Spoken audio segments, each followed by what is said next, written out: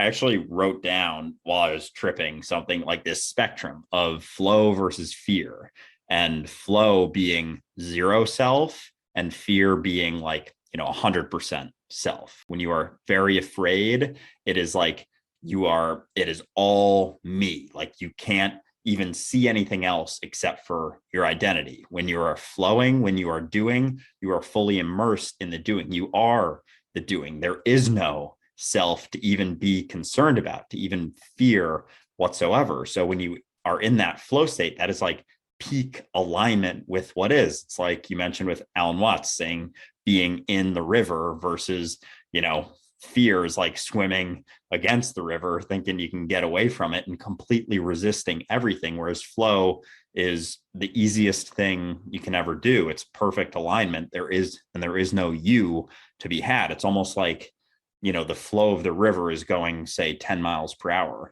And when you're flowing with the river, you are going the exact speed of the river versus when you're going against it, it's like you're going, I don't know, 2 miles per hour in the other direction. And it's like when you are going any speed besides that 10 miles per hour, there is some semblance of you. And the more you're going against it, the more you there is. So that spectrum of fear versus flow, I just found to be very interesting. And all it is no self, all self.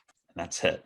I'd rather serve in heaven than rule in hell or reign in hell, right? Like that's it, is that it's service.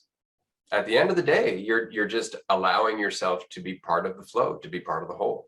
And you're acting as a part of it. I had said this in a video recently that, loving your God really just means being aware that everything is God. That's really all it is, because in doing that, in being aware of that, maintaining awareness of that, which is always just cropping off the fiction of you every time it pops up and it takes root, that in itself creates a different action. It creates a different ripple in the world. It creates a different way of dealing with everybody, because you're no longer seeing them as something to resent or something to fight against or something that might try and take away from you. You're not fighting the river, right?